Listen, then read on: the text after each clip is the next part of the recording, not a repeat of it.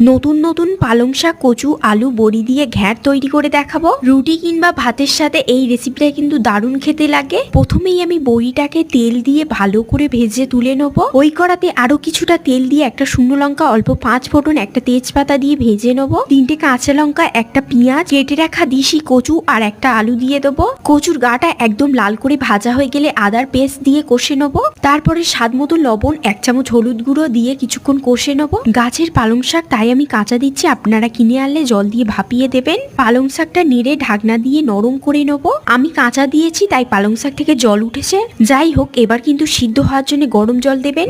জলটা ফুটে উঠলে ভেজে রাখা বড়ি দিয়ে নেড়ে ঢাকনা দিয়ে দেবো। অনেকক্ষণ পর ঢাকনাটা খুলে সিদ্ধ করা কচুটাকে এবার ঘাঁটবো।